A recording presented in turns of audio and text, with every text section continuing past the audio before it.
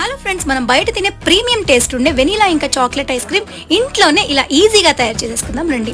First ఒక cup కాచిన పాలని మీగడతో సహా తీసేసుకోండి. అందులో కొంచెం పాలు మిగిల్చేసి 2 టీ స్పూన్స్ కార్న్ ఫ్లోర్ వేసి కలిపి పక్కన పెట్టేసుకోండి.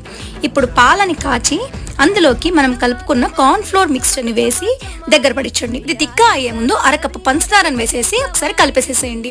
అరకప్పు పంచదార సరిపోతుంది, తీపి ఎక్కువ తింటే ఇంకొంచెం వేసేసుకోండి. ఇప్పుడు చల్లారిచ్చిన తర్వాత కింద ఐస్ క్యూబ్స్ పెట్టేసి పైన ఇంకొక కప్ పెట్టి కార్న్ ఫ్లోర్ మిక్స్చర్ అలాగే ఫ్రెష్ క్రీమ్ 250 ml వరకు వేసి ఒకసారి బాగా బీట్ చేసేసేయండి.